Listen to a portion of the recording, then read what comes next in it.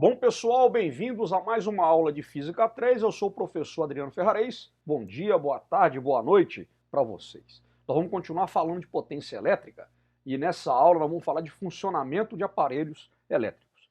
Vejam aí, começar com o pensamento de um grande escritor russo, Leon Tolstói, né? Aqui é legal que aqui é uma foto dele jovem, né, cara, sem aquela grande barba que ele tinha, né?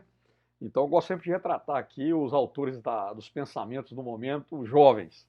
Mas aqui ele fala o seguinte: os ricos fazem tudo pelos pobres, menos descer de suas costas, né?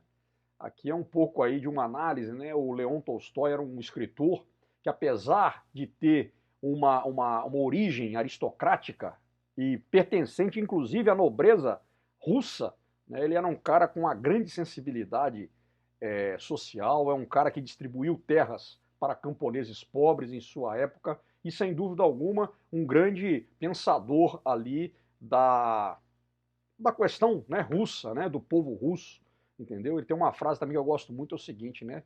Ele falava assim, né? Ele pensava no universo e na sua aldeia ao mesmo tempo, né? Então é muito interessante o Leon Tolstói, né? Tem grandes livros, né, clássicos da literatura, né, mundial, né, dentre eles Guerra e Paz, né, que é muito interessante. Mas vamos lá. Então, olha só, o funcionamento dos aparelhos elétricos, né?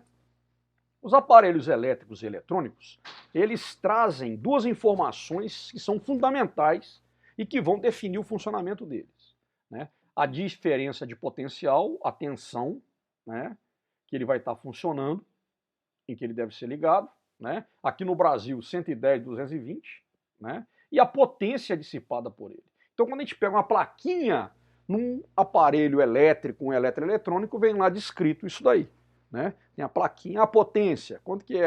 É 200 watts. E a tensão, 110 volts, 127 volts ou 220 volts. Então, esses são chamados o quê? Dados nominais, que o consumidor ele deve verificar quando ele compra o aparelho.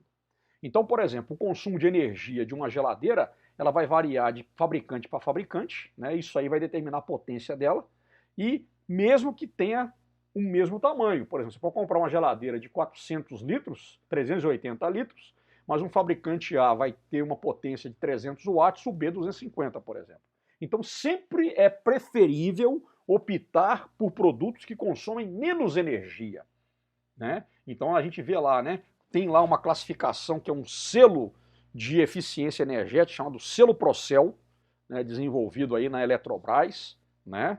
Importantíssimo, né, esse serviço aí do selo Procel, e ele traz para a gente lá assim, olha só aqui, ó, esse aqui é faixa A, esse aqui é faixa B, C e D. Então, quando você compra um aparelho selo Procel A, quer dizer que ele é mais econômico, tá bom? E aqui a gente tem, né, o selo Procel, como eu falei, que faz parte do Programa Nacional de Conservação de Energia Elétrica, que ele informa o consumo de um aparelho por meio de uma escala de eficiência. Então, por exemplo, aqui, né? Aqui eu tenho aqui, né? Tá até uma marca aqui, né? Eu não estou ganhando, né, para fazer propaganda dessa marca, mas tá aparecendo, né? Vamos fazer o quê, né? Aqui, ó, isso aqui o que que é? Isso aqui é justamente uma, uma, uma faixa de quê? Aqui, se não me engano, isso aqui é de um ar-condicionado, né? Aqui é de um ar-condicionado, né? Então o que, que você tem na verdade aqui, né? Você tem aqui que esse selo desse cara, condicionador de ar, ar-condicionado. Esse selo desse cara, o que, que ele é? Ele é ar. Quer dizer o quê? Que ele é mais eficiente. Então a gente deve dar preferência para esses caras, né? Muitas vezes, pessoal, um aparelho elétrico que não é A, ele é D ou ele é E, e aqui inclusive nós temos um que é G, esse cara ele sai mais barato na hora de comprar, mas é aquele velho ditado, é o barato que sai caro. Então aquele valor que você economizou na compra, você vai pagar na hora de você pagar a conta de energia, tá bom? Então é muito importante estar atento a isso. Agora, para funcionar corretamente um aparelho elétrico, tem algumas condições, tá? Então, a primeira coisa é o seguinte: a tensão em que você vai ligar, a voltagem que você vai ligar o aparelho, ela tem que ser igual à voltagem nominal, ou à tensão nominal, tá? Então aí o aparelho vai consumir uma potência igual à potência nominal, tá bom? Então, se a tensão da fonte que você ligou ao aparelho é igual à tensão nominal que está na placa desse aparelho, a potência consumida por ele é igual à potência nominal. Ou seja, esse cara vai funcionar perfeitamente. Se a fonte de tensão for menor do que a tensão nominal, o que vai acontecer? A potência consumida ela é menor do que a potência nominal. E, né, se você pegar uma lâmpada de 220 e ligar numa tensão de 127, você vai ver o quê? Que o brilho dessa lâmpada ele vai ser reduzido.